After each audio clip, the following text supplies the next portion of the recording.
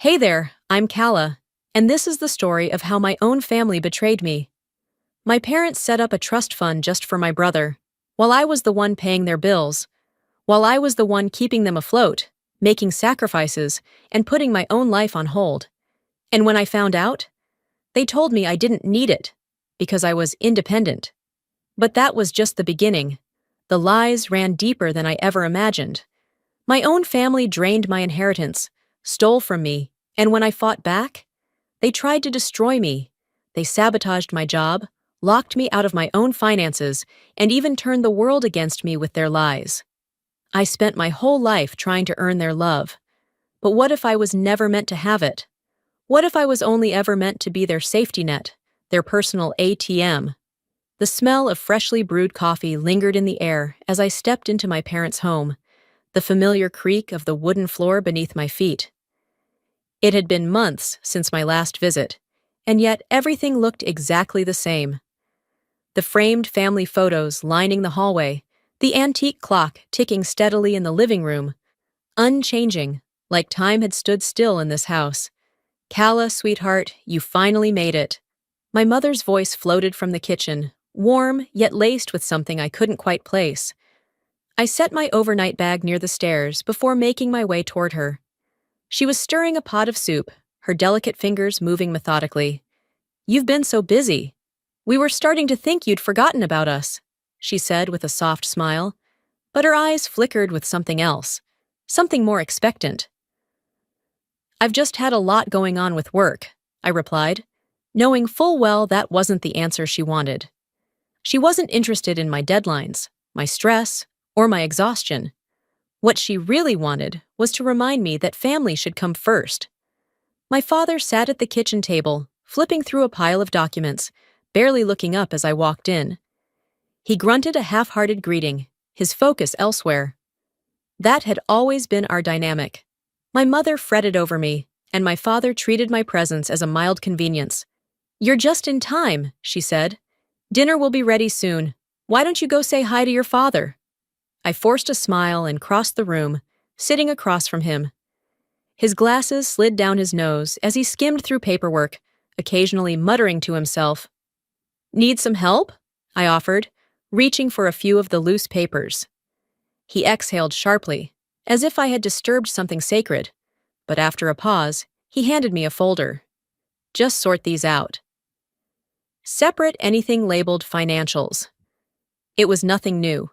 For years, I had been the responsible one, the daughter who helped manage their bills, fixed things around the house, sent money when they needed it. I had never asked for anything in return. As I sorted through the papers, my fingers brushed against a folder labeled Trust Fund, Silas Whitmore. I froze. Frowning, I pulled it out and flipped it open. The first page was a legal document outlining the terms of a trust fund. My brother's name was on every page. A trust fund. For Silas. I scanned the details. $750,000. Secured for him. Untouchable by anyone else. My name wasn't mentioned, not once. The air in the room seemed to thicken, my heartbeat roaring in my ears. "What's this?" My voice came out quieter than I expected. My father barely glanced up. "Put that back, Kala." "That's none of your concern." "None of my concern?" I repeated, gripping the folder tighter. "There's a $750,000 trust fund in Silas's name, and I wasn't even supposed to know?" His jaw tensed. "It's not what you think." My mother, who had been setting the table, suddenly stilled.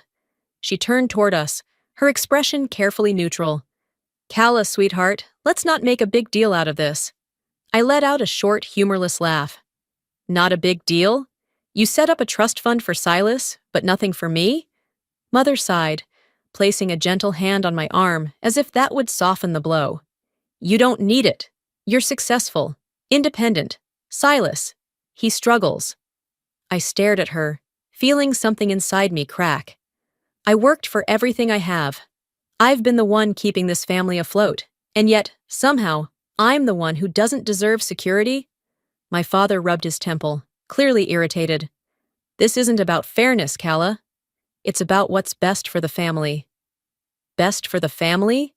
The words tasted bitter in my mouth. So, what am I then? Just a backup plan? A paycheck you can call when you need something? Neither of them answered. And in that silence, the truth settled deep into my bones. It had never mattered how much I sacrificed, how many times I had put them first. I had always been the afterthought. I placed the folder on the table, exhaling slowly. I get it now, I said, my voice eerily calm. You made your choice. And now, I'm making mine. I turned on my heel, my mother calling after me, but I didn't stop. Calla, wait. Please, we can talk about this. I grabbed my bag from the stairs and yanked open the front door. You always said family comes first, I said without looking back. But it turns out I was never part of that family to begin with. And then I walked out, slamming the door behind me. The night air was cold against my skin as I got into my car. My hands gripped the wheel tightly, my breath coming out in uneven bursts. They had made their decision. Now it was time for me to make mine. I ignored my parents' calls for the first time in my life, but I knew this was only the beginning. By the time I reached my apartment, exhaustion had settled into my bones. I tossed my bag onto the couch and exhaled, rubbing my temples as I kicked off my shoes. The silence of my home was both a relief and a heavy reminder of the battle I had just walked away from. My phone buzzed in my pocket. I didn't need to check to know who it was. Still, curiosity won, and I pulled it out. 20 missed calls, 15 from my mother, 5 from my father. The messages weren't much better. Mom. Calla, let's talk. Dad. You're being unreasonable. Come back so we can discuss this like adults. Mom. You're overreacting. You don't understand everything. Dad. Silas needs this. You don't. I clenched my jaw, flipping my phone screen down on the counter. Of course, they would spin it this way. Of course, they would treat my feelings as an overreaction rather than the years of built-up resentment they had carefully ignored. I had been walking on eggshells around them for so long, doing whatever was necessary to keep the peace. And now, the moment I chose myself over their demands, they were scrambling to regain control. For the first time in my life, I didn't respond. I let their calls ring. I let their texts sit unanswered. I knew it wouldn't be that easy, but for tonight, I just needed space to breathe. Morning came too soon, and with it, the gnawing weight of reality. At work, I tried to focus, but my thoughts drifted back to my phone, which had been vibrating off and on all morning. During my lunch break, I finally gave in. Another string of messages waited for me. Mom. I don't understand why you're doing this to us. Dad. We're your parents. We did everything for you. Mom. Calla, please. Don't let your anger ruin this family. I gritted my teeth. They weren't apologizing. They weren't acknowledging what they had done. Instead, they were making me the problem, turning my sacrifices into expectations, twisting the narrative so I looked like the ungrateful one. I typed out a response. I gave you everything. And it was never enough. Then I deleted it. They wouldn't listen. They never had. Shoving my phone into my desk drawer, I swallowed the lump in my throat and turned my attention back to my computer. If I let them get to me now, they'd win. That evening, Jordan called. So, how long before they show up at your doorstep? I groaned, pressing the speaker button as I curled up on my couch. Don't even joke about that. I'm not joking, she said, her voice serious. You know them, Calla. They're not going to stop. I ran a hand through my hair. I don't know what to do. I don't want to cut them off completely, but you have to, she interrupted. At least for now. You can't let them keep pulling you back in. Silence stretched between us, and then she sighed. If they really loved you, they wouldn't make you feel guilty for choosing yourself, she said gently. My throat tightened. I know, I whispered. Then don't give in. If you answer them now, they win. I nodded, even though she couldn't see me. I'll try. But we both knew my parents weren't the kind of people to let go that easily. I had just started to relax when the knock came. Loud, insistent. I froze, my stomach twisting. Another knock, followed by my mother's voice. "Calla, sweetheart, open the door." My pulse pounded in my ears. They wouldn't. They couldn't have driven all the way to Seattle just because I hadn't answered my phone. But as I crept toward the peephole and saw my mother standing there, her coat wrapped tightly around her, her face twisted with worry, I realized, yes, they absolutely would. For a moment, I considered pretending I wasn't home, but I knew her. She wouldn't leave until I let her in. Taking a steadying breath, I unlocked the door. She looked up at me with red-rimmed eyes, her lips trembling. "Oh, sweetheart," she whispered, stepping forward as if to hug me. I held up a hand. "No." She stopped, blinking. "Mom, what are you doing here?" My voice was sharper than I intended. She clutched her purse, glancing around the hallway as if she were afraid someone would hear.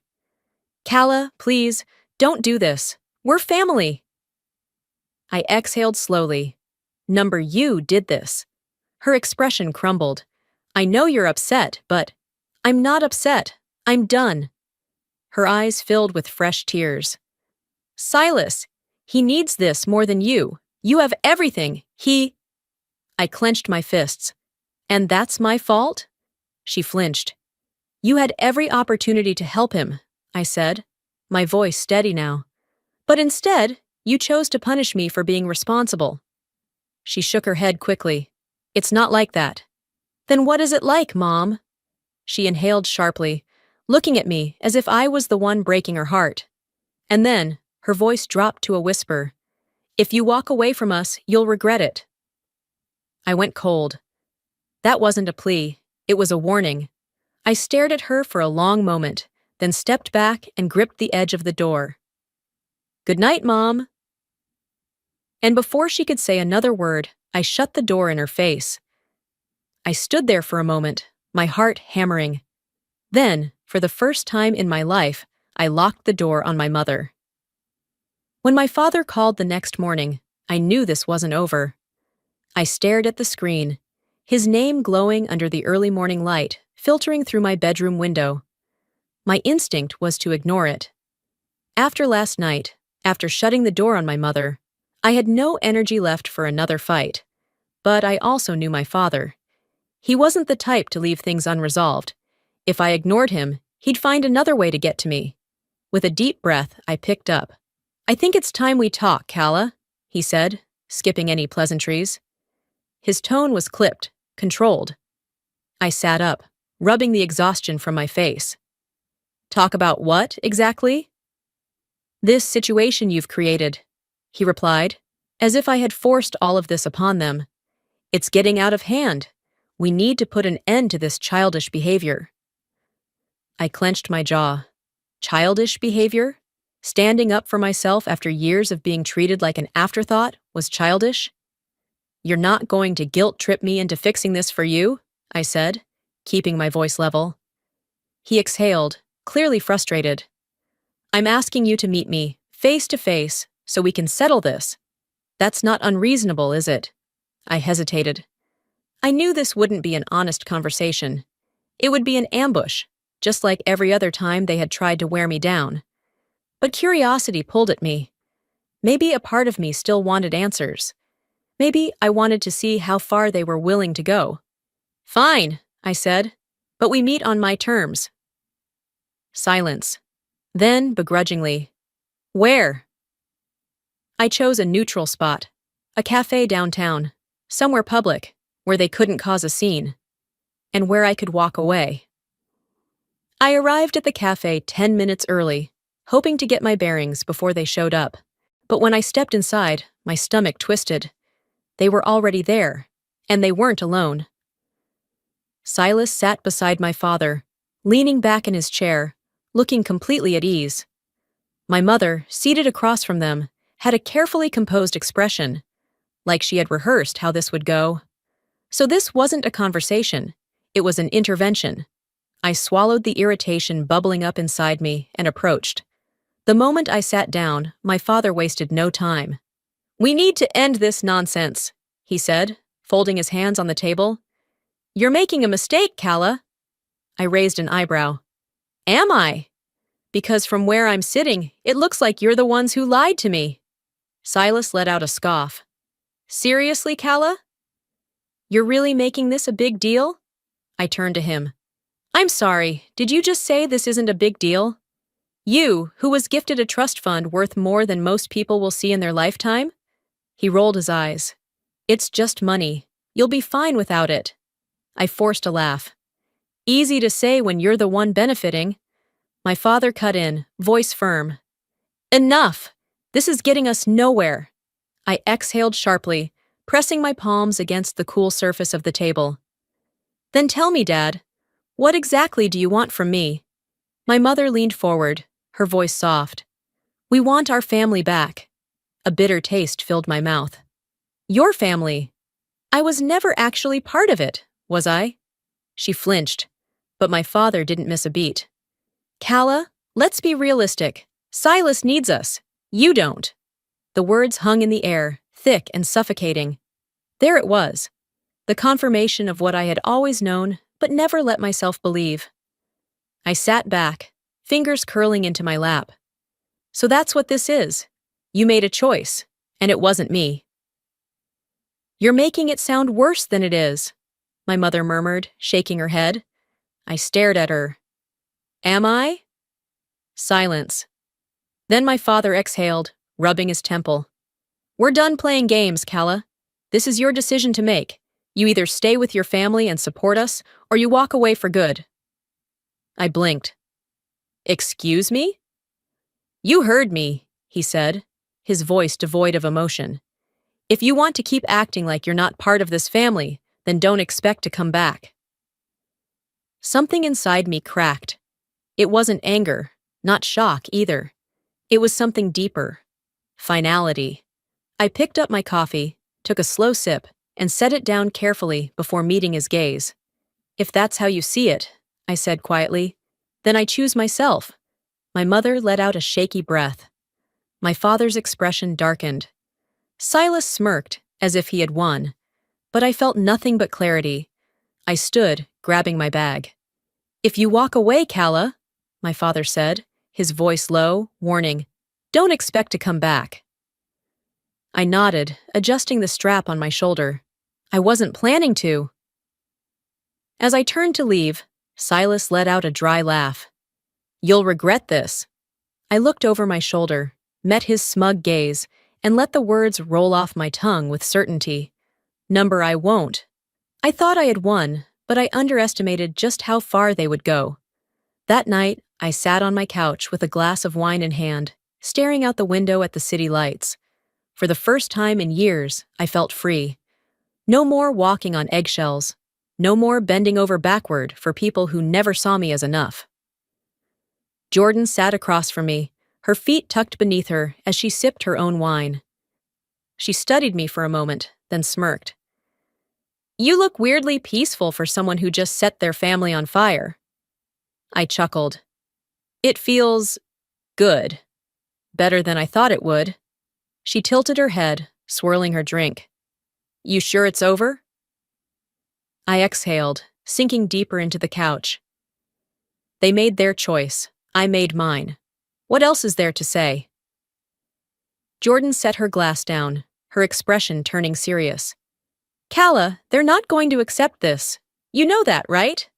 I waved a hand dismissively. Let them try. She didn't look convinced. Just be careful. I know you think this is done, but people like them, they don't let go without a fight. I rolled my eyes. Jordan, I appreciate the concern, but what are they going to do? Cut me out of their will twice? She sighed, muttering something under her breath, but didn't press the issue. I should have listened to her. The next morning, I was knee-deep in emails at work when my phone rang. I barely glanced at the screen before answering. Calla Whitmore. Good morning, Ms. Whitmore, a professional voice responded. This is Rachel from First National Bank. We're just calling to confirm your recent loan application. I blinked, frowning. I'm sorry, what? Your loan application, she repeated. The request was submitted yesterday, with your brother, Silas Whitmore, listed as a co-signer. We just need a few final verifications before proceeding. The room suddenly felt too small, too warm. I didn't apply for a loan, I said, forcing my voice to remain even. There was a pause on the other end. I see. Well, the application was submitted under your name. Would you like to dispute this? I pushed back from my desk, my heart pounding. Yes! Immediately! Understood. We'll freeze the application for now and launch an internal review. I barely registered her parting words before hanging up. My hands trembled as I stared at my phone, the weight of what had just happened settling in. Silas. He had used my name, my credit, my trust. And for what? I clenched my jaw and hit call before I could talk myself out of it. Silas answered on the third ring, sounding annoyingly casual. Hey, sis. You applied for a loan in my name? My voice came out sharp, shaking with barely contained fury. There was a pause. Then, instead of guilt, I heard amusement. Oh, that. Yeah, don't freak out. It's just a short-term thing. I gripped my phone tighter. A short-term thing? Are you out of your mind? He exhaled dramatically. Relax, Calla. You've got great credit. It's not like it'll hurt you. That's not the point, I snapped. You committed fraud. Oh, come on. It's not fraud if we're family, he said, like I was the one being unreasonable. I nearly laughed at the sheer audacity. Cancel it, right now. He hummed as if considering it, then chuckled.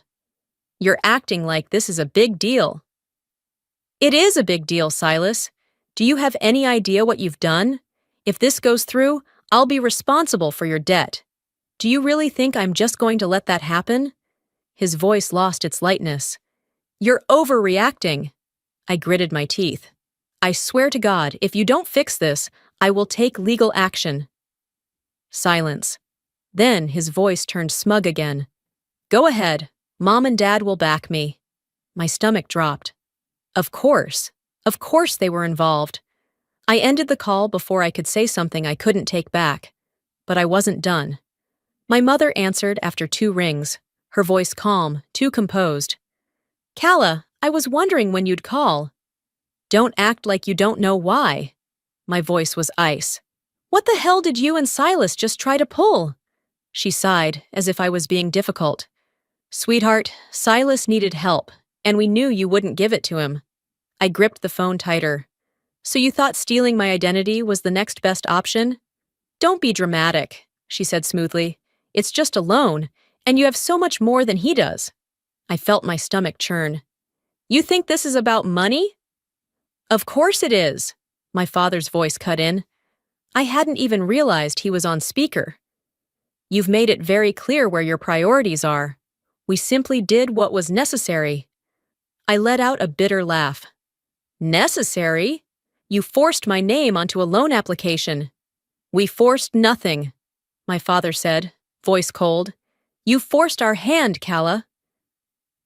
And there it was. They truly, genuinely believed I owed them, that my entire existence revolved around their needs, their choices.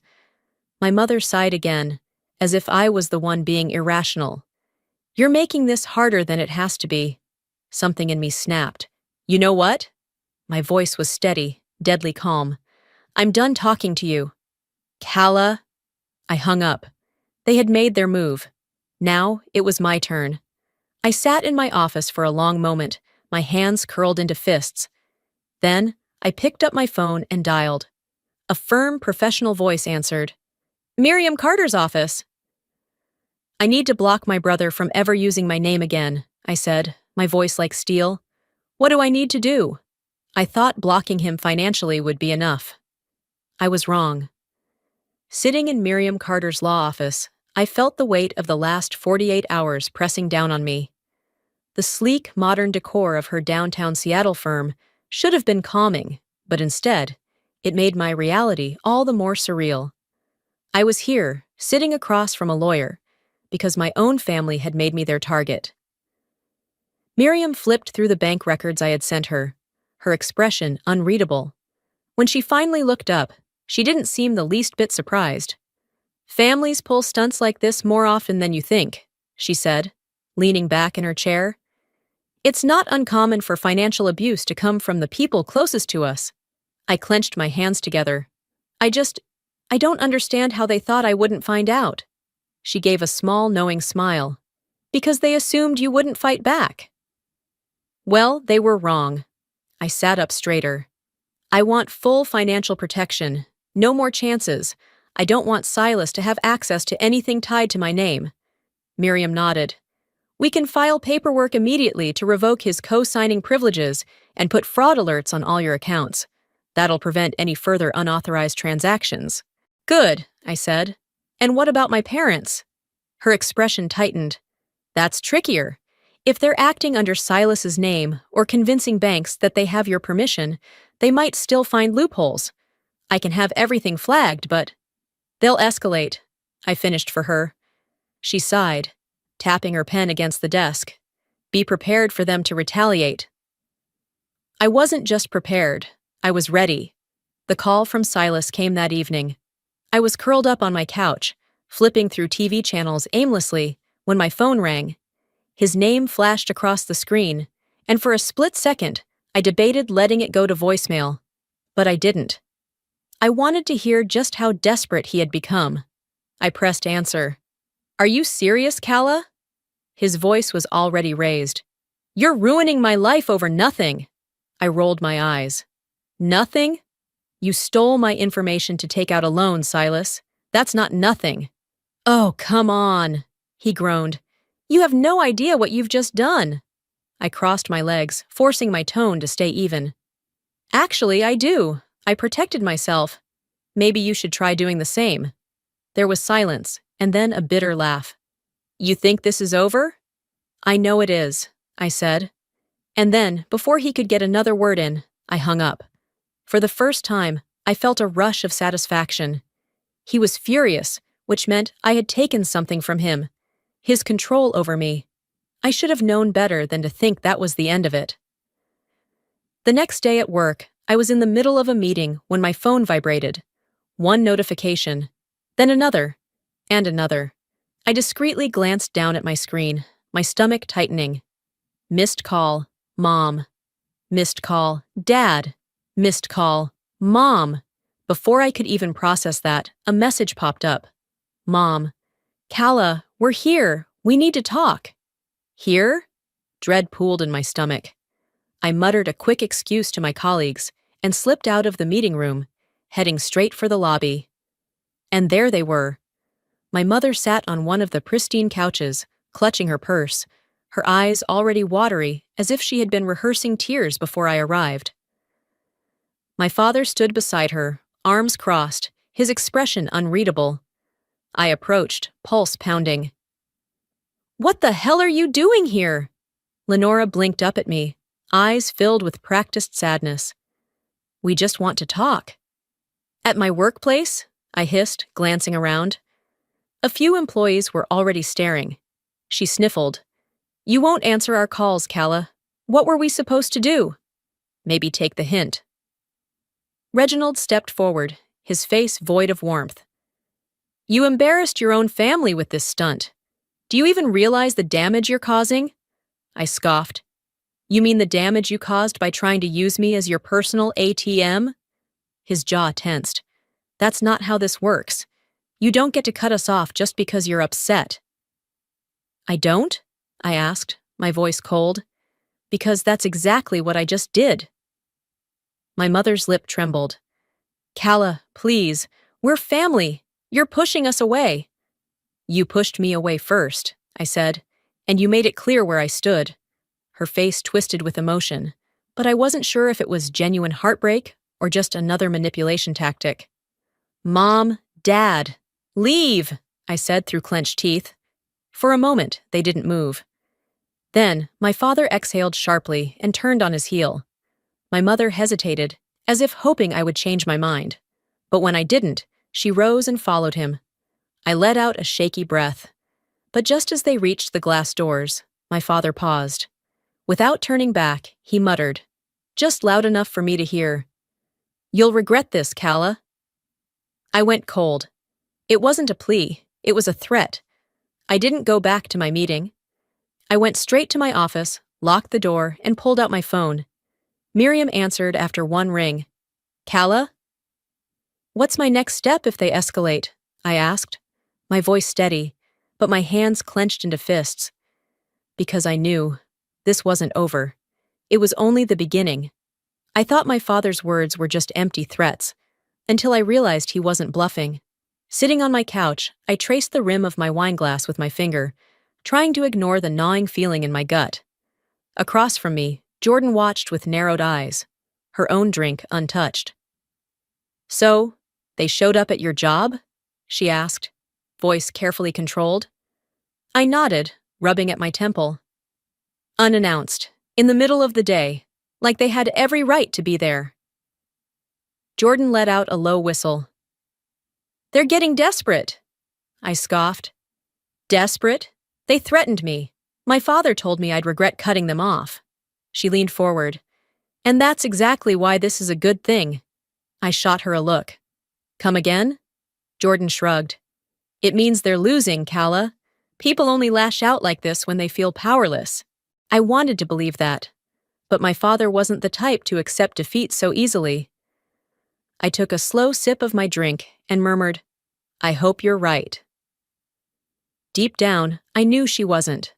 The next day, I was at work, half buried in emails, when my phone lit up with an incoming call from an unknown number. I ignored it at first, but when the same number called again minutes later, I sighed and picked up. Calla Whitmore speaking. Ms. Whitmore, this is Angela from First National Bank. We detected an attempted login to your online banking profile from an unrecognized device. We wanted to verify. Was this you? My stomach dropped. No, I said sharply, sitting up straighter. That wasn't me. There was a pause on the other end. Understood. We've temporarily locked your account for security purposes. Would you like to update your passwords now? I barely heard her. My pulse pounded in my ears. Someone had tried to get into my bank account, and I knew exactly who. I'll be down there in person, I said before hanging up. Grabbing my bag, I stormed out of the office. Sitting in my car, I clenched my phone so hard my knuckles ached. Without thinking, I called the one person I knew was behind this. My father answered on the second ring, his tone infuriatingly casual. Calla? Finally decided to call your old man? I didn't even try to contain my rage. Did you try to hack into my accounts? There was silence. Then a slow exhale. I was making sure you weren't making any foolish decisions, he said smoothly. I nearly screamed. Are you out of your mind? You had no right. You forced our hand, Calla, he said, voice calm, as if we were discussing the weather. If you won't help this family, don't be surprised when we find other ways. I was shaking now. This isn't helping. This is theft. Watch your tone, young lady, he snapped. We're your parents. We're just looking out for you. I gritted my teeth. I don't need you looking out for me. Stay out of my life. I hung up before he could respond. My whole body trembled with fury. This wasn't just control. This was war. And I wasn't about to let them win. Miriam's office was cold, sterile, and exactly where I needed to be. She barely looked surprised as I explained everything. Silas, the fraudulent loan, my father's latest stunt. I need to make sure they never touch anything of mine again, I said, voice tight. Miriam nodded. We'll file for a financial protection order immediately. That'll ensure they can't access, manipulate, or falsely claim anything in your name. I exhaled sharply. Good. And a restraining order? She folded her hands on the desk. That's trickier. The courts usually require a physical altercation or direct threats of violence, but we can build a case for harassment. I clenched my jaw. Do whatever it takes. She slid the paperwork across the desk. I didn't hesitate. I signed. This was it. I was officially severing them from my life. But just as I stood to leave, my phone buzzed. An email. I glanced down, and my blood ran cold. Subject, urgent HR meeting. I had a bad feeling about this. When I walked into the HR office, I realized exactly what my father had done. The moment I stepped inside, I could feel the tension in the room. The HR manager, a woman named Susan, sat stiffly behind her desk, avoiding direct eye contact as she gestured for me to take a seat. I had been through enough meetings in my career to recognize the signs. This wasn't going to be a friendly conversation. I forced myself to stay calm as I lowered into the chair. I got an email saying this was urgent. What's going on? Susan cleared her throat, glancing down at a printed document in front of her. Calla, we received a formal complaint about you. My stomach clenched. From who? She hesitated before sliding the paper across the desk. Your father. I stared at the document, my heart pounding as I read the words printed in neat, professional font. I'm reaching out of concern for my daughter, Calla Whitmore. She has been displaying erratic and unstable behavior in recent weeks. I fear she may be struggling mentally and could pose a risk to herself or others. As her father, I feel it is my duty to notify you before this escalates further. I gripped the edge of the chair, my nails digging into the fabric. Susan shifted uncomfortably. I know this is a personal matter, but given the nature of the complaint, we had to investigate. I forced a breath through my nose, working to keep my voice level. You understand this is a lie, right? She nodded, but still looked uneasy. We're not making any assumptions. But when a concern like this is raised, especially from a family member, we have to at least have a conversation. Of course. My father knew exactly what he was doing. He wasn't trying to get me fired. He was trying to plant doubt, make me look unstable. If I lost my temper here, it would only work in his favor. I straightened my posture, smoothing my hands over my lap. I appreciate that you have to do your due diligence, but let me be clear. This is nothing more than an attempt to manipulate me. My father is retaliating because I recently cut off contact with him due to his financial and emotional abuse. Susan exhaled, nodding. That makes sense. And to be honest, we don't have any concerns about your performance here. I just needed to hear your side. I met her gaze. Then I assume we can dismiss this? She hesitated. We will, unless further issues arise. I clenched my teeth. Further issues, meaning my father had already planted the seed of doubt, meaning that if he tried something again, they might not be as quick to dismiss it. I pushed down the simmering rage and forced a tight smile. Thank you for letting me clear that up. The moment I stepped out of the HR office, I pulled out my phone and dialed. He picked up on the first ring.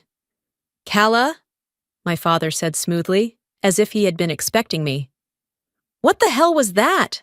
I hissed, barely able to keep my voice steady. What was what? He replied, feigning innocence. Don't play games with me, Dad. You called my employer and tried to sabotage my job.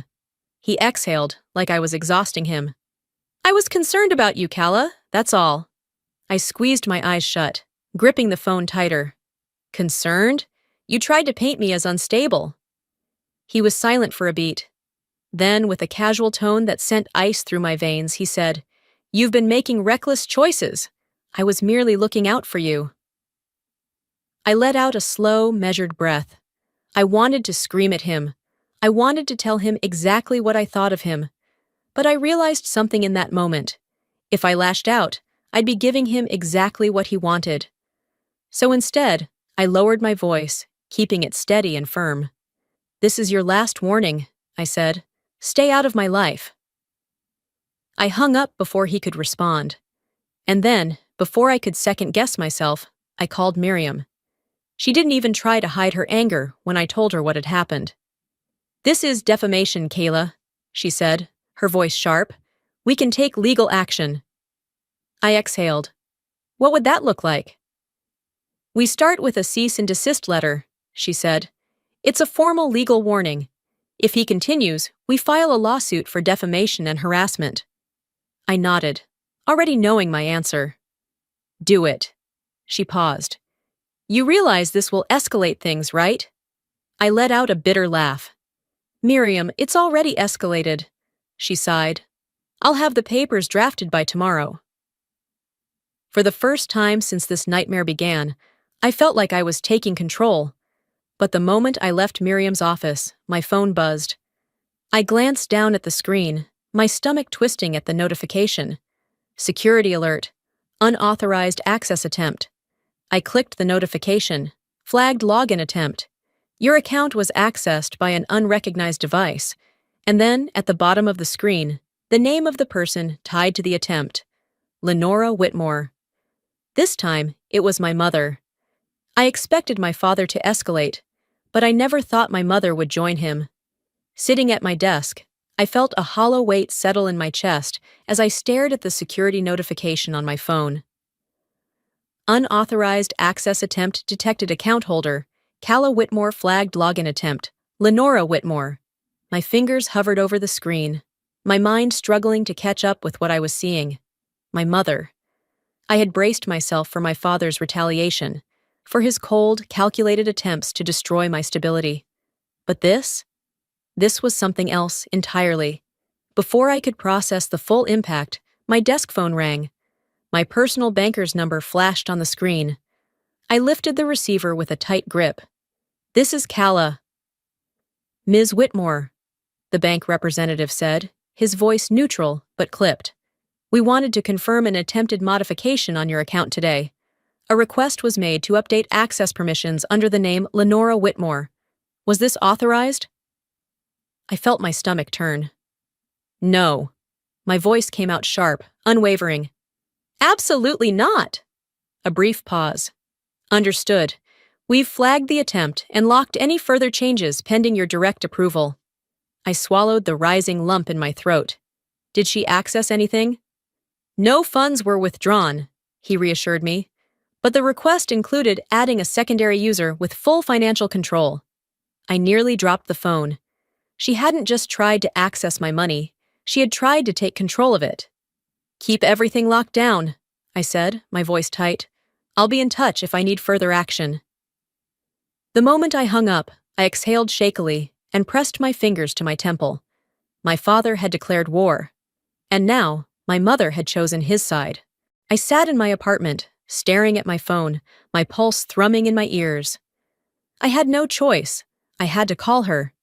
It rang twice before she answered. "Calla," she said softly, like she had been waiting for this call. I didn't waste time. "Tell me you didn't just try to access my bank account." A silence stretched between us, then a sigh. "Sweetheart, we just needed a little help." I closed my eyes. There it was. No denial, no hesitation, just quiet justification. I gritted my teeth. "You're stealing from me, Mom." "Stealing?" she repeated, her voice laced with hurt. "Is that what you think this is?" "What else would you call it?" I snapped. "You went behind my back. You used my name. You tried to take control of my money." Her voice softened into something pleading. "Calla, your father and I, we're struggling. We've supported you your entire life. Is it so much to ask that you help us now?" A bitter laugh escaped me. "You supported me?" "No, Mom. I supported you. I paid your bills. I covered your expenses. I did everything you ever asked of me, and it was never enough." "That's not fair," she whispered. "We're your parents. We deserve your help." "Deserve." The word sliced through me like a blade. I had done everything right. I had been the responsible one, the dependable one. And for what? To be treated like my success made me an obligation? I inhaled sharply. "That's not how this works." Before she could respond, another voice cut in. "You're being dramatic, Calla." My father. "Of course. Of course you're listening in," I muttered. "This has gone on long enough," he said, his voice infuriatingly measured. "You're making this harder than it has to be. You're going to regret this behavior." Something inside me snapped. "I'm going to regret it?" I repeated. "You tried to sabotage my job. You broke into my accounts. And now you have the nerve to act like I'm the problem?" My mother made a small noise, but I wasn't sure if it was a protest or just guilt. I clenched my jaw. "You don't get to manipulate me anymore. This is over. Don't call me again." And then, with shaking hands, I hung up. I didn't wait. I drove straight to Miriam's office. She took one look at me and sighed. What did they do now? I dropped into the chair across from her desk. They're still trying to access my finances. This time, it was my mother. Miriam's expression darkened. We're filing a financial restraining order. I exhaled, my body heavy with exhaustion. Will it be enough? It'll be a start, she said, already pulling up the necessary documents. They won't be able to legally interfere with your assets again. I nodded, barely hesitating as I signed the paperwork. A restraining order, against my own parents. A year ago, I would have never imagined it would come to this. But they had forced my hand. This was my line in the sand. I left Miriam's office feeling lighter. Not happy, not relieved, but lighter. Like I had finally taken one more piece of my life back. But then my phone buzzed. An email notification. From landlord's office. Subject. Notice. Your rent has been unpaid for 2 months. Immediate action required. My blood turned to ice. I knew I had paid my rent. I had autopay set up. There was no way. I clicked the message, scanning the details. My rent had been paid. But then, a few weeks ago, a cancellation request had been submitted. By someone using my name. My hands shook as I scrolled to the bottom. The request had been confirmed under a verified phone number. My mother's number. They hadn't just tried to take my money. They were trying to take my home. I thought I had control over my life, until I realized they were still pulling the strings. I sat frozen on the edge of my bed, my phone still clutched in my hand. The email from my landlord glowed on the screen like a warning siren. Notice. Your rent has been unpaid for 2 months. Immediate action required. This had to be a mistake. I scrambled to log into my bank account, my fingers trembling. My rent was on autopay. I had set it up years ago to avoid exactly this kind of issue. There was no way I had missed 2 payments. But the moment I pulled up my transaction history, my stomach lurched. The payments were gone, not just delayed. Gone. 2 months of rent that should have been deducted had never even processed. My balance was untouched, like the payments had never been scheduled in the first place. It didn't make sense. Unless, a cold wave of realization crashed over me. I clicked on the billing settings, my pulse hammering. My landlord's account should have been listed as the recipient of my payments, but it wasn't. Instead, the payments had been rerouted to an entirely different account. A name flashed on the screen, one I knew too well, Lenora Whitmore. I felt the air leave my lungs. My own mother had intercepted my rent payments. She had deliberately sabotaged me. A slow, sickening rage burned in my chest. This wasn't an accident. This wasn't a mistake. This was a message. They wanted to remind me that no matter how far I tried to run, they could still reach me. I stood abruptly, grabbing my keys. This ended today. The bank smelled like disinfectant and corporate efficiency, like a place where things were supposed to be orderly, logical, untouchable. Except my life had been anything but untouchable lately. A banker named Derek greeted me, his professional smile faltering slightly when I sat down across from him, jaw clenched. I need to understand something, I said, keeping my voice steady. 2 months ago, my autopay for rent was changed. I never authorized that. Can you tell me who did? He typed into his computer, his brows knitting together. A few moments passed before his eyes flickered, with something like concern. It looks like the request to update your billing details came from an authorized user, he said carefully. My stomach tightened. What authorized user? He turned the screen toward me. And there it was. The email address used for the request, Lenora Whitmore. I sat back in my chair, exhaling sharply. She hadn't just taken my money. She had wanted me to feel it. Derek cleared his throat. Would you like us to investigate this as fraudulent activity? I swallowed, my hands curling into fists. Yes, he nodded, already moving to flag the transactions.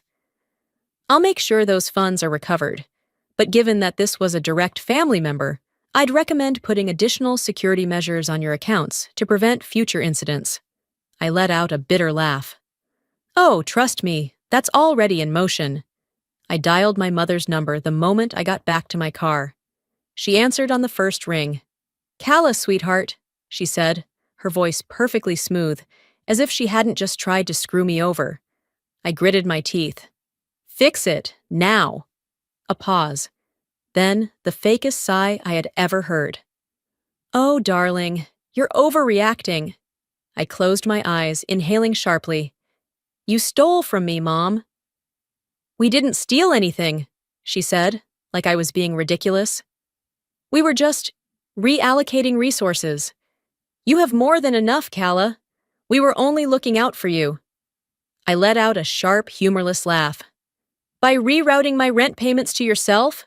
Are you kidding me?" Her voice softened. "Calla, you have to understand. We were just trying to make sure you didn't do anything reckless." Reckless. That word made my blood boil. They didn't see me as independent. They didn't see me as a grown woman who had built a life of her own. To them, I was still something to be managed, controlled, owned. My father's voice cut in, and I felt my stomach twist. "You're making a mistake, Calla." I gripped my phone tighter. "No," I said, voice calm but seething. "The mistake was ever trusting you." And I hung up. For good. Miriam's office had become my war room. She barely raised an eyebrow when I stormed in. "What now?" "They hacked my rent payments," I said, dropping into the chair across from her. "It was my mother this time." She sighed, running a hand through her hair. "All right, here's what we do." She pulled up a file on her screen, already prepping documents. "We're taking full legal action," she said. "We'll recover your funds, and we'll file fraud charges against both of them." I nodded, pulse steady. "And the protection order?" She nodded. "It's going through today." A silence stretched between us. Finally, she leaned forward, studying me carefully. "You know this is the last step, right?" she said. "Once we do this, there's no going back." I met her gaze, unflinching. "I don't want to go back." She nodded once, then clicked submit. That was it. The ties were severed. For good. That night, as I sat in my apartment, I finally felt something close to peace. It wasn't over, not yet, but I had done everything I could to protect myself. I picked up my phone, checking for any new messages. And then, just as I was about to set it down, a notification popped up. New message from unknown number. My brows furrowed as I clicked it open. "Silas, you just made a huge mistake." My stomach twisted. For the first time, I realized this wasn't over. Not even close. I thought my parents were my biggest problem, until Silas made his move. The message from my brother sat on my screen like a lit fuse. "Silas, you just made a huge mistake." I stared at it, my heart pounding in my chest. Before I could even process what he meant, another message followed. "Silas, fix this, or you'll regret it." A cold shiver crawled up my spine. Silas had always been entitled, lazy, and manipulative. But this was something different. This was a threat. I tightened my grip on my phone. My parents had tried to ruin me through manipulation, through slow, insidious control. But Silas? He wasn't patient. He wasn't calculated like them. He was reckless. And that made him dangerous. I took a deep breath, willing my hands to stop shaking. Whatever he was planning, I needed to be ready. I wasn't about to let him win. The next morning, my phone buzzed with multiple notifications. I rubbed my eyes, barely awake, as I reached for it. But the moment I saw the messages, I bolted upright. Fraud alert. Unusual activity detected on your credit account. Fraud alert. Large purchase flagged for verification. Fraud alert. Suspicious transactions reported. My stomach flipped. I clicked into the alerts, my pulse skyrocketing as I scanned the transactions. $2,500. Designer clothing store, $1,800. Electronics purchase, $4,000. High-end jewelry charge after charge, all on my credit cards. I scrambled to call the bank, my fingers barely working as I punched in the number. After an agonizing wait, A representative finally answered. "This is Stephanie from Card Services. How can I help you today?" "There's fraud on my account," I said quickly. "I didn't make these purchases." She clicked away at her keyboard. "I see several flagged transactions. Let me verify something. These purchases were made online, linked to a shipping address on file." My breath caught. "Whose address?" A brief pause. Then, "A Mr. Silas Whitmore." I squeezed my eyes shut. Silas had done it. He hadn't just threatened me. He had acted. He had gone into full-on theft, using my credit cards to fund his pathetic lifestyle. I exhaled sharply. "Shut it all down. Every card. Freeze everything." "Yes, ma'am," Stephanie said quickly. "We'll initiate a fraud investigation." I wasn't done yet. I was going to make damn sure he never got away with this. Fury propelled me forward as I pulled into the parking lot outside Silas's apartment. I barely remembered the drive over. My vision had tunneled, my mind singularly focused. I stormed up the steps, fists clenched. The moment I reached his door, I pounded on it so hard my knuckles ached. It swung open a few moments later. Silas stood there, looking bored, like he had expected me. "Wow," he drawled, leaning against the frame. "Didn't think you'd show up so fast." I pushed past him, stepping inside. "What the hell did you do?" He didn't even flinch. He just smirked. "Consider it payback for what you did to Mom and Dad." I let out a sharp, humorless laugh. "Payback? You stole from me." He shrugged. "You'll get the money back eventually." I stared at him in disbelief. The audacity. The entitlement. "You don't even feel bad, do you?" I whispered. His smirk faltered, just for a second. Then, he folded his arms. "Come on, Calla. You wouldn't actually do anything. You wouldn't turn in your own brother." For a brief moment, something inside me hesitated. But then I remembered everything. The manipulation, the stolen money, the way my parents had always shielded him, always let him get away with everything. And I realized, he truly believed I wouldn't follow through. That was his mistake. I took a slow, deliberate step back. "Watch me." I turned on my heel and walked out, ignoring the way his smugness evaporated into something closer to uncertainty. He was going to learn right now that I wasn't his safety net anymore. Miriam barely blinked when I told her what happened. "Are you ready to press charges?" she asked. I hesitated, just for a second. This was my brother. Then I thought about all the sacrifices I had made, the years of being the responsible one, the way my parents had bled me dry. And then, even after all of that, how Silas had still chosen to steal from me. I met Miriam's gaze. "Yes," she nodded. "Then let's make sure he never does this again." That night, as I sat in my apartment, my phone rang. I answered on the first ring. "This is Officer Daniels from the Seattle PD," a male voice said. "We've located the suspect, Ms. Whitmore. Would you like to proceed with the arrest?" I closed my eyes for a brief moment. Then, with steady resolve, I whispered, "Yes." I thought this was the end of it. But my parents had one last move to play.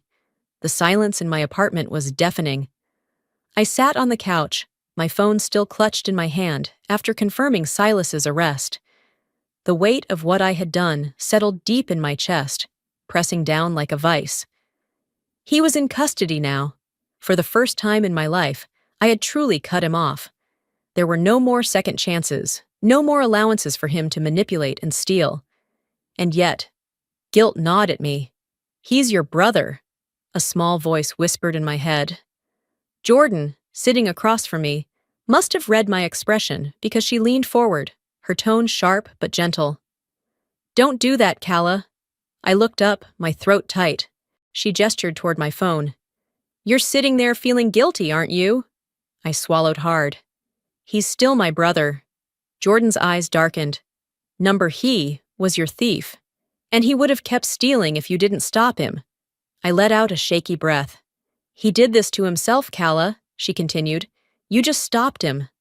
I nodded, gripping my hands together. I knew she was right, but I also knew my parents wouldn't take this lightly.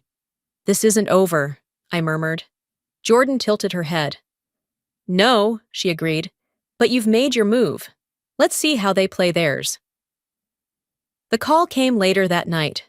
I had just crawled into bed, exhaustion settling deep into my bones, when my phone buzzed. I almost didn't answer, almost let it go to voicemail, but some part of me knew who it was before I even looked at the screen. Mom. With a deep breath, I pressed accept. The moment I did, I heard it. The frantic, broken sobs. "Calla, please." My mother's voice came through the receiver, raw and desperate. "You can't do this to your brother." I squeezed my eyes shut. "I didn't do this." "He did," she sucked in a shaky breath. "But he's family." I exhaled slowly. "That word doesn't mean what you think it does." For a moment, all I could hear was her breathing. And then her tone shifted. Lower, steadier. "We'll make a deal," she murmured. "Drop the charges and we'll leave you alone forever." I almost laughed. Almost. It was a lie. I knew it. She knew it. Even if I let Silas go, they would never stop.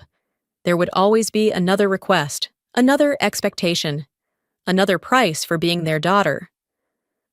"No," I said, my voice calm, unwavering. "That's never going to happen." Silence. Then a quiet, bitter whisper. "You'll regret this." I hung up. I was done listening to threats disguised as love. I should have known my father would take things further. The next morning, I was in my office, trying to focus on work, when the receptionist called my extension. "Ms. Whitmore, your father is here to see you." The air in my lungs turned to stone. I stood slowly, gripping the edge of my desk. "Did you tell him I'm busy?" A pause. "I did, but he's refusing to leave." I exhaled sharply, my fingers pressing into my temples. There was no avoiding this. I walked out of my office and into the lobby. Reginald Whitmore stood near the entrance, arms crossed, his expression carved from stone. I squared my shoulders and met his gaze. "What are you doing here?" He didn't flinch. "We need to talk." I folded my arms. "We have nothing to talk about." His jaw tightened. "You are tearing this family apart." I laughed under my breath. "No, Dad. You did that years ago." His nostrils flared. "Drop the charges." I stared at him, disbelief washing over me. "Are you seriously demanding this in public? At my job?" "I'll do what I have to," he said flatly. "Drop them, and this all goes away." I clenched my fists. "And if I don't?"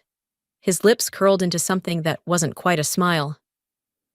"Then we take this public," he said smoothly. "You think you've won? You haven't seen what we're capable of." A slow, nauseating dread spread through me. They weren't fighting to win. They just wanted to make sure I lost. I took a single step forward, lowering my voice so only he could hear. "I'm not afraid of you," I whispered, "and you're never getting your claws in me again." His eyes darkened. I turned and walked away. He didn't follow. Miriam barely looked surprised when I told her what happened. "They're escalating," I said, my hands gripping the edge of her desk. "They won't stop." She nodded once. "Then it's time to file the restraining order." I exhaled slowly. A restraining order. Against my own parents. I knew this was coming. I knew it. And yet, the weight of it still made my chest ache. "Once we do this," Miriam said carefully, "there's no undoing it." I thought about the years of manipulation, the stolen money, the ultimatums, the way they had twisted family into a weapon against me. Then I thought about freedom. I nodded. "Do it." She typed up the final documents, turned the screen toward me, and I signed. The last thread connecting me to them, legally, emotionally, was severed. For good. That night, I poured myself a glass of wine, sinking into my couch. For the first time in weeks, I let myself breathe. It was over. But then, my phone buzzed. A notification popped up on my screen. "News alert! A daughter's betrayal. How one woman had her own family arrested. My stomach dropped. I clicked the link, and there it was. A local journalist had run a story, one that painted me as the villain. My parents had taken this public. I thought I was done fighting them, but now the whole world knew. I woke up to the sharp buzz of my phone vibrating nonstop on my nightstand. Groggy, I reached for it, squinting against the harsh glow of the screen. Dozens of missed notifications flashed across my lock screen. Messages, missed calls, social media alerts. My stomach twisted. Before I could even process the chaos, my phone rang again. Jordan's name lit up. I swiped to answer, dread already curling around my spine. "Kala," she said, her voice tight. "You need to see this." I heard her typing, and a second later, my phone pinged with a new message. A link. I clicked it. And then my blood ran cold. Daughter cuts off, struggling family, gets brother arrested. That was the headline. My parents had gone to the press. The article was filled with their version of the story, a warped, twisted fabrication that made them sound like helpless victims and painted me as a heartless, ungrateful daughter. I scanned the paragraphs, my breath growing unsteady. "Kala turned her back on us when we needed her the most," my mother was quoted saying. "We did everything for her, and she repaid us by abandoning her own family." My father had added his own self-righteous twist. "It's devastating. We raised her to be better than this. She's not the daughter we knew anymore." And the worst part? They had even defended Silas. Her own brother was struggling, and instead of helping him, she had him arrested like a common criminal. My mother sobbed in the interview. "We just want our family back." A sick feeling churned in my stomach. They had weaponized my silence. And now, the world believed them. I scrolled down to the comment section, half dreading what I'd find, yet unable to look away. It was worse than I imagined. How could she do this to her own family? Blood is thicker than water. What kind of monster sends her own brother to jail? Disgusting. Hope you're happy with yourself, Kala. Comment after comment, judgment after judgment. Complete strangers tearing into me as if they knew anything about what I had been through. I swallowed hard, my fingers gripping my phone so tightly my knuckles ached. "Jordan," I whispered, "this is bad." "People love to pick a villain," she said, "and your parents made sure it was you." I took a shaky breath, scrolling further. And then I saw something that made my heart sink. Familiar names, distant relatives, old family friends. I can't believe Kala turned out like this. After everything her parents did for her, this is how she repays them? It wasn't just strangers. It was people I had known, people I had once trusted, and they had turned against me without hesitation. I set my phone down, my hands trembling. My entire reputation was being shredded in real time. And the worst part? If I didn't fight back, this was the story people would believe. I walked into Miriam's office an hour later, the article still burning in my mind. She took one look at my face and exhaled sharply. I saw the article. I collapsed into the chair across from her. "They've destroyed me," I said flatly. She leaned forward. "Number." "They tried to destroy you," I scoffed. "What am I supposed to do? Just let them?" Miriam shook her head. "You have two options. We can file a defamation lawsuit against both your parents and the news outlet that ran this story." I blinked. "A lawsuit?" She nodded. "They've publicly defamed you. If we can prove they lied, you have a case." I swallowed hard. "And the second option?" "Go public," she said simply. I stiffened. "What?" "You tell your side of the story," Miriam said. "Take back control of the narrative. Right now, they own it. If you stay silent, their version of events is the only one people will ever hear." I hesitated. Fighting back publicly meant dragging everything out into the open. It meant reliving every ugly detail. But if I didn't, they won. I clenched my jaw, my decision solidifying. "If I say nothing," I murmured, "they win." Miriam nodded. "So what do you want to do?" I looked up, meeting her gaze. "Let's fight." That night, I sat in my apartment, my laptop open in front of me. Jordan was next to me, watching silently as I typed. My hands hovered over the keyboard, my heart pounding. I had stayed silent for so long. I had let them dictate the story, no more. I took a deep breath, and I began to write. I have stayed silent for too long. Here's the truth. I laid it all out. The years of being used, the financial abuse, the stolen money, the fraud, the emotional manipulation. I wrote about how I had supported them for years, only to be treated like I was nothing. How they had betrayed me over and over again. How Silas had stolen from me. How my parents had covered for him, defended him, tried to ruin me just to protect him. And finally, I wrote about why I had no choice but to walk away. When I finished, my hands were shaking. I turned to Jordan. "Are you sure about this?" she asked. I exhaled, my chest tight. "Yes." She didn't hesitate. She reached over, and she pressed post. The response was immediate. My notifications exploded. People were reading, reacting, commenting. Some were still against me, but others were starting to see the truth. If this is real, her parents are monsters. I had a family like this. Cutting them off was the best decision I ever made. People always assume the child is the problem. This proves otherwise. And then, just when I thought I could finally breathe, my phone buzzed again. A new message, from an unknown number. I clicked it open. "I believe you, but you don't know everything." I stared at the words, my pulse spiking. What the hell did that mean? Just when I thought I knew the whole truth, I realized there was more to the story. The message replayed in my mind as I stared at my phone screen. "I believe you, but you don't know everything." I didn't recognize the number. I should have ignored it, blocked it, moved on. But I didn't. Something about it lodged itself in my brain, refusing to let go. And when a second message came through, I knew I couldn't ignore it. "Calla, it's Evelyn, your aunt." Aunt Evelyn. I barely knew her.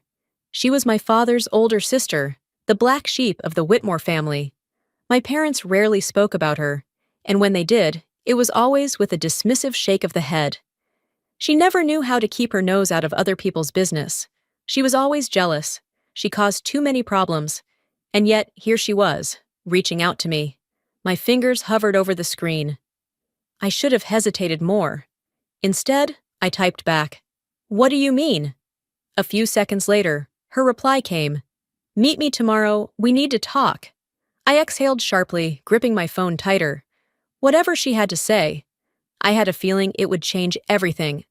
The next afternoon, I found myself sitting in a quiet cafe in downtown Seattle, gripping a cup of coffee that had gone cold. I didn't know what I was expecting, but when Evelyn finally walked in, I knew immediately that she wasn't here to waste my time. She was older than I remembered, her gray-streaked brown hair tied back, her sharp eyes scanning the room before landing on me. She didn't hesitate. She walked straight over, slid into the chair across from me, and set her purse down with a quiet thud. "Calla," she said, her voice smooth but firm. I swallowed. "Evelyn." She folded her hands on the table. "You know, I always knew something like this would happen. Just didn't think it would take this long." I frowned. "What are you talking about?" She leaned forward. "Your parents. They didn't just lie to you, they stole from you." A cold chill ran down my spine. I forced out a shaky laugh. "I know that, Evelyn. They drained me for years." No," she interrupted. "Not just the money you gave them. Your money. Your inheritance." I blinked. "My inheritance? What are you talking about?" I asked slowly. Evelyn pulled out a small folder from her bag and slid it across the table. "Read." I hesitated. Then, with careful fingers, I flipped it open. Inside were copies of legal documents, old ones, a trust fund, a second trust fund, not the one for Silas, one that had been meant for me. My stomach turned. "I don't. What is this?" My voice was barely above a whisper.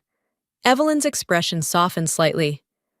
"Your grandfather set up a trust for you and Silas when you were kids, Both of you. Equal amounts. But by the time you turned 18, yours was already gone. I could barely breathe. How? I whispered. Evelyn exhaled. Your parents drained it, slowly over the years. By the time you were an adult, there was nothing left, and they never told you. Instead, they let you believe you were the one responsible for keeping them afloat. My hands clenched around the folder. It wasn't just manipulation. It wasn't just favoritism. They had robbed me blind. I shook my head, trying to process it. And Silas? Her jaw tightened. They protected his. Of course they did. I let out a hollow laugh, blinking back the sting in my eyes. Why are you telling me this now? Evelyn's lips pressed together. Because they made sure no one else would. And because I knew the moment you fought back, they'd do everything in their power to make you the villain. I exhaled slowly, my mind racing. All these years. All the times I had been made to feel selfish for setting boundaries. All the moments I had questioned if I was the problem. It had all been built on a lie. A slow-burning rage settled into my chest. I closed the folder. Thank you for telling me. Evelyn nodded. What are you going to do? I met her gaze. I'm going to make them pay. The moment I walked into Miriam's office, she took one look at my face and sighed. What happened? I tossed the folder onto her desk. I want to sue them. All of them. She arched an eyebrow, flipping through the documents. A slow whistle left her lips. Well, this changes things. They stole from me, Miriam. My voice was tight, shaking. They let me believe I was helping them while they were living off my money the whole time. Miriam nodded. We have a case, a solid one. She looked up, eyes sharp. But this is a big move, Calla. It's one thing to cut ties. It's another to take them to court. I knew that. I didn't care. I want to take legal action, I said, my voice steady. All of it. Miriam studied me for a long moment. Then she gave a small nod. Okay, let's do this. She reached for her phone. This is going to get ugly, she warned. I took a deep breath. It already is. And then, with a few calls and a signed affidavit. The lawsuit was in motion. That night, as I sat alone in my apartment, my phone vibrated with a new email. I clicked it open. Notice of court filing. Whitmore versus Whitmore. It was official. I was suing my own parents. This wasn't about revenge anymore. It was about justice. I stared at the court documents spread out in front of me, my signature scrawled at the bottom of the last page. My hands should have been shaking. My stomach should have been twisting itself into knots. But instead, I felt nothing but clarity.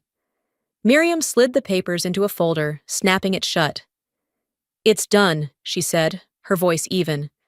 The lawsuit is officially filed. Fraud, defamation, financial abuse, every crime they had committed against me, every secret they had buried, was now part of an official legal battle. I looked up, meeting Miriam's sharp gaze. This will go public, she warned. Are you ready for that? I exhaled slowly. They made this public first, I said. Now I'm taking the truth back. Miriam nodded. Then let's get to work. The first wave of backlash came hours later. My phone buzzed relentlessly, message after message flooding in. At first, I ignored it. I didn't need to read what I already knew was coming. But when my mother's name appeared on my screen, I hesitated. For a brief, stupid moment, I thought maybe, she was calling to finally admit the truth. I should have known better. Instead of answering, I let it go to voicemail. A second later, her text came through.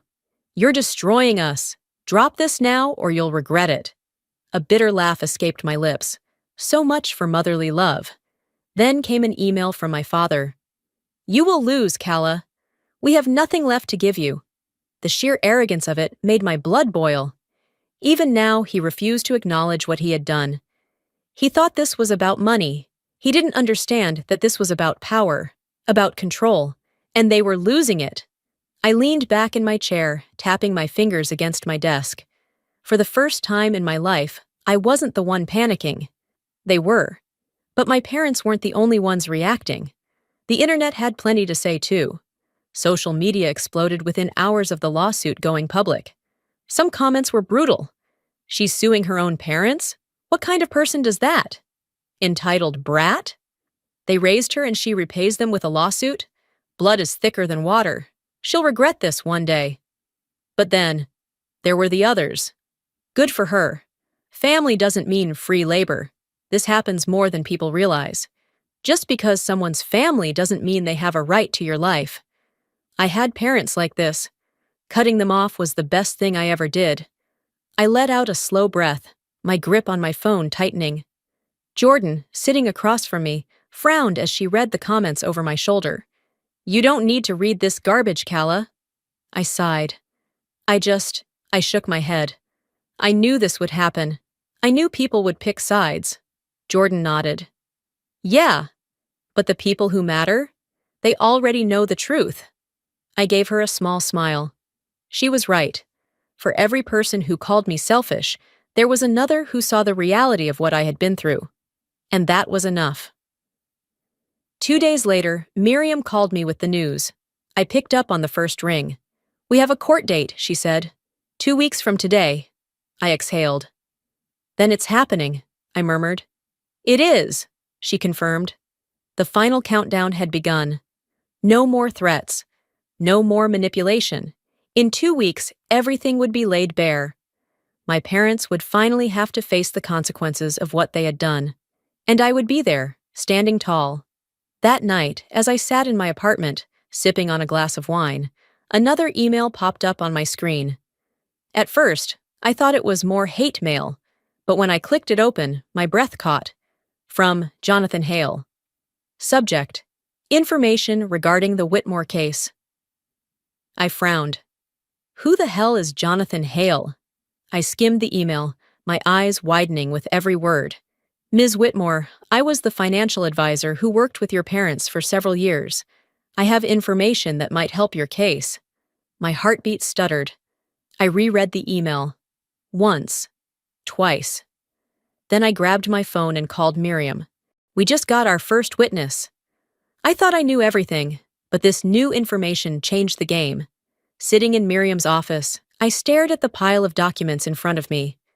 Richard Hayes, the former financial advisor, sat across from me, his hands folded neatly, his expression unreadable. This is everything? I asked, my voice barely above a whisper. He nodded. Every bank statement, every transfer, every shady offshore account your parents funneled money into. They siphoned money from your trust fund over the years and used it to maintain their lifestyle. I exhaled sharply. It was worse than I had imagined. Miriam, sitting beside me, flipped through the pages, her eyes narrowing. This is more than enough to prove intentional fraud, she said. They knew exactly what they were doing. Richard sighed. They always did. I tried to warn them that misusing those funds could have consequences, but they didn't care. They assumed you'd never find out. Well, they were wrong. I clenched my fists. My parents had spent years making me feel like I owed them, that I was selfish for pulling away, that I was cruel for not funding their endless demands, and the whole time, they were the ones stealing from me. I swallowed back the rising fury and looked at Miriam. This changes everything, I said. We're going to win. She gave me a small smile. We were always going to win, Calla. But now, we're going to bury them. The next morning, I walked into the courthouse with my head held high. I had spent so much of my life feeling like I was on the losing end of my parents' manipulation, like no matter what I did, I would always be trapped under their thumb. Not today. Today, I was taking my life back. I stepped into the courtroom and saw them. My mother sat stiffly, her hands folded in her lap, her lips pressed into a thin, unreadable line. My father, ever the strategist, sat straight-backed, his expression calm. But there was tension in his shoulders, the kind of tension that told me he knew the walls were closing in. And Silas looked miserable. Good. Miriam nudged me toward our seats, and I forced myself to take a deep breath as the judge entered. The proceedings began. My father went first. "We did what we had to do," he said smoothly. "Calla always had more than enough. We simply managed things in a way that best supported our family." I scoffed under my breath. But Miriam wasn't about to let him spin his lies unchecked. She stood and laid out the bank records, the fraudulent transfers, the offshore accounts. The judge's eyes darkened as she skimmed the evidence. Then, Richard Hayes took the stand. "I worked with the Whitmores for several years," he said, "and I can confirm that they deliberately drained Calla's trust fund.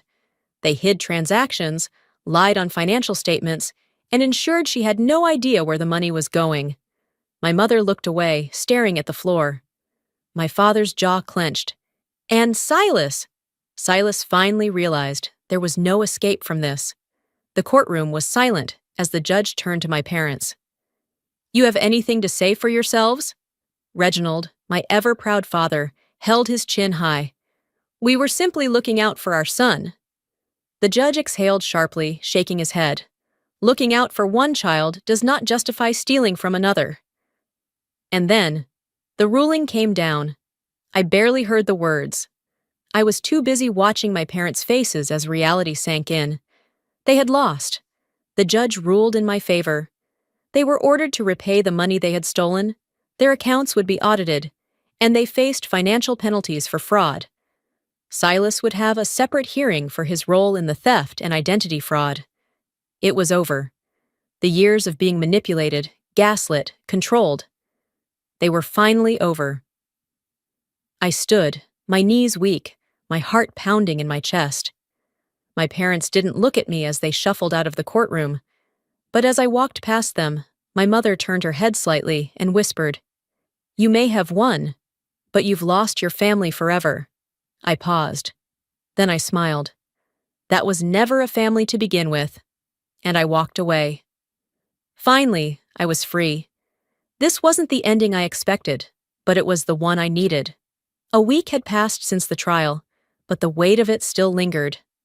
I sat on my balcony, a cup of coffee warming my hands, the cool morning air filling my lungs.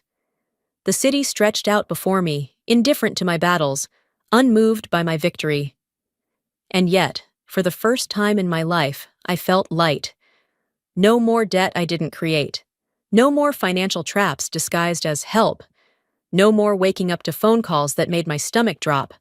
I was free, but freedom had come at a cost.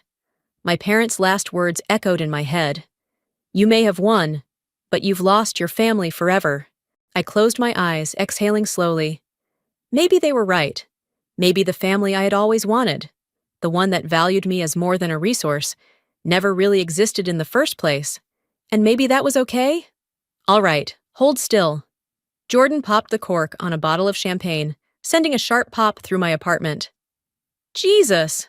I laughed as she poured 2 glasses. "Trying to give me a heart attack?" She grinned. "No, I'm trying to celebrate you." I shook my head, accepting the glass she handed me. "You did it, Calla. You actually did it." I took a sip, letting the cool bubbles fizz against my tongue. For the first time in weeks, hell, years, I smiled. A real, genuine smile. Jordan raised her glass. "To new beginnings." I clinked mine against hers. To choosing myself. We drank, and for the first time, I didn't feel like I was bracing for the next crisis. Later that night, I opened my laptop to check my emails, expecting nothing more than work updates and junk mail. But one subject line made my stomach drop. Mediation request. Whitmore family dispute. I hovered over it, hesitating before clicking. "Ms. Whitmore, your parents have expressed interest in mediation. If you would like to discuss a possible resolution, we are available to facilitate a meeting at your convenience." I leaned back in my chair, staring at the words. After everything, after the trial, the lies, the public humiliation, they still wanted to talk? My first instinct was to slam my laptop shut and pretend I never saw it. But a part of me, some stubborn, deeply buried part, wanted to know why. Did they regret anything? Did they finally see what they had done? Or was this just another way to manipulate me? I closed my eyes, letting the questions settle in my chest. And then, I made my choice. I shut the laptop. For now, I didn't need their answers. For now, I didn't need to know their why. For now, I was choosing peace. I stood, stretching, feeling the tension in my body finally begin to fade. I stepped out onto my balcony again, inhaling the crisp night air. And as I stared out at the city, I whispered the words I had been waiting my whole life to say. For the first time in my life, I'm finally free. There was a time when I thought family meant sacrifice, until I realized real love doesn't come with conditions. I spent years being used, manipulated, and cast aside when I stopped playing their game. But choosing myself wasn't selfish, it was survival. And now, I'm free. Free to live on my own terms, to surround myself with love that doesn't demand a price. If my story speaks to you, don't forget to like, share, and subscribe, because we all deserve to choose ourselves.